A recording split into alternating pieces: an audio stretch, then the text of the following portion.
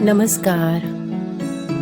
माघ मास के शुक्ल पक्ष की एकादशी को जया एकादशी कहते हैं, जो सभी पापों को हरने वाली सबसे उत्तम और पुण्यदायी एकादशी मानी गई है। जया एकादशी के दिन सर्वेश्वर भगवान विष्णु की पूजा अर्चना की जाती है। जया एकादशी व्रत करने से कष्टों से मुक्ति मिलती है। माना जाता है जया एकादशी का व्रत और भगवान श्री विष्णु की विधि विधान के साथ पूजा करने से सभी पाप नष्ट हो जाते हैं और व्रती को भूत प्रेत पिशाच जैसी योनियों में नहीं भटकना पड़ता। ऐसा माना जाता है कि जया एकादशी का व्रत करने से मनुष्यों को मृत्यु के बाद मोक्ष की प्राप्ति होती है। जो लोग इस एकादशी का व्रत नहीं कर पाते हैं, वह लोग आज के दिन विष्णु सहस्त्र नाम का पाठ कर सकते हैं और जरूरतमंदों की सहायता करके पुण्य की प्राप्ति कर सकते हैं। जया एकादशी का व्रत करने की विधि इस प्रकार से है। एकादशी व्रत वाले दिन सुबह जल्दी उठकर स्नान करें, व्रत का संकल्प लें और फिर विष्णु जी की पूजा करें।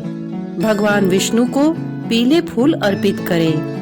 इस दिन भगवान विष्णु के सामने घी में हल्दी मिलाकर दीपक जलाएं। दूध और केसर से बनी मिठाई का भोग लगाएं। एकादशी के दिन शाम को तुलसी के पौधे के सामने दीपक जलाएं। भगवान विष्णु को केले चढ़ाएं और गरीबों को भी केले बांट दें। आइए सुनते हैं जया एकादशी व्रत की पौराणिक कथा।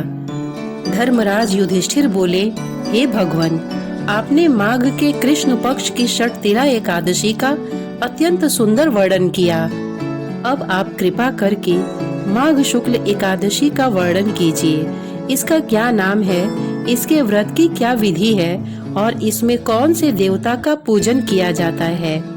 श्री कृष्ण कहने लगे कि हे राजन, इस एकादशी का नाम जया एकादशी है। इसका व्रत करने से मनुष्य ब्रह्म हत्या इत्यादि पापों से छूटकर मोक्ष को प्राप्त करता है तथा इसके प्रभाव से भूत पिशाच आदि योनियों से मुक्त हो जाता है।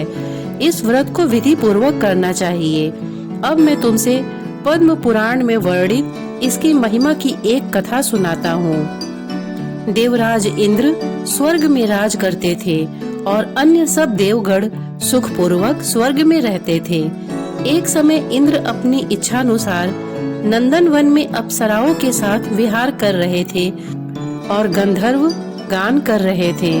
उन गंधर्वों में प्रसिद्ध पुष्पदंत तथा उसकी कन्या पुष्पवती और चित्रसेन तथा उसकी स्त्री मालिनी भी उपस्थित थे और उसका पुत्र माल्यवान भी उपस्थित थे।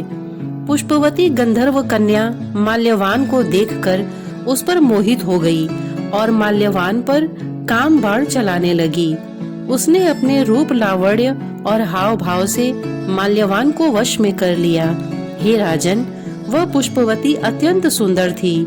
अब वे इंद्र को प्रसन्न करने के लिए गान करने लगे, परंतु परस्पर मोहित हो जाने के कारण उनका चित्त भ्रमित हो गया था। इनके ठीक प्रकार से न गाने तथा स्वर ताल ठीक नहीं होने से इंद्र इनके प्रेम को समझ गए और उन्होंने इसमें अपना अपमान समझकर उन दोनों को शाप दे दिया। इंद्र ने कहा, हे मूर्खों, तुमने मेरी आज्ञा का उल्लंघन किया है, इसलिए मैं तुम्हें श्राप देता हूँ। अब तुम दोनों स्त्री पुरुष के रूप में मृत्यु लोक में जाकर पिशाच रूप धारण करो और अपने कर्म का फल भोगो। इंद्र का ऐसा शाप सुनकर वे अत्यंत दुखी हुए और हिमालय पर्वत पर दुख पूर्वक अपना जीवन व्यतीत करने लगे। उन्हें गंध, रस तथा स्पर्श आदि का कुछ भी ज्ञान नहीं था। वहाँ उनको महान दुख मिल रहे थे। उन्हें एक क्षण के लिए भी निद्रा नहीं आती थी। उस जगह अत्यंत शीत था, इससे उनके रोंगटे खड़े रहते और मारे शीत के दांत बजते रहते थे। एक दिन पिशाच ने अपनी स्त्री से कहा कि पिछले जन्म में हमने ऐसे कौन से पाप किए थे जिससे हमको यह दुखदाई पिशाच योनि प्राप्त हुई। इस पिशाच योनि से तो नरक के दुख सहना ही उत्तम है। अतः हमें अब किसी प्रकार का पाप नहीं करना चाहिए। इस प्रकार विचार करते हुए वे अपने दिन व्यतीत कर रहे थे। दैव योग से तभी माघ मास में शुक्ल पक्ष की जया नामक एकादशी आई। उस दिन उन्होंने कुछ भी भोजन नहीं किया और न कोई पाप कर्म ही किया, केवल फल फूल खाकर ही दिन व्यतीत किया और सायंकाल के समय महान दुख से पीपल के वृक्ष के नीचे बैठ गए। उस समय सूर्य भगवान अस्त हो रहे थे। उस रात को अत्यंत ठंड थी। इस कारण वे दोनों शीत के मारे अति दुखित होकर मृतक के समान आपस में चिपटे हुए पड़े रहे। उस रात्रि को उनको निद्रा भी नहीं आई। हे राजन, जया एकादशी के उपवास और रात्रि के जागरण से दूसरे दिन प्रभात होते ही उनकी पिशाच योनि छूट गई। अत्यंत सुंदर गंधर्व और अप्सरा की देह धारण कर सुंदर वस्त्र आभूषणों से अलंकृत होकर उन्होंने स्वर्ग लोक को प्रस्थान किया। उस समय आकाश में देवता उनकी स्तुति करते हुए पुष्प वर्षा करने लगे।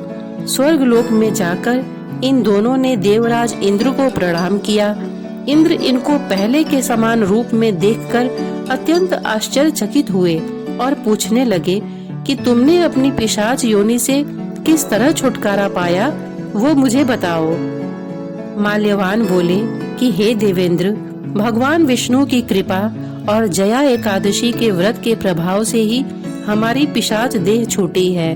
तब इंद्र बोले कि हे माल्यवान, भगवान की कृपा और एकादशी का व्रत करने से न केवल तुम्हारी पिशाच योनि छूट गई, वरन तुम हम लोगों के भी वंदनीय हो गए, क्योंकि विष्णु और शिव के भक्त हम लोगों के भी वंदनीय होते हैं।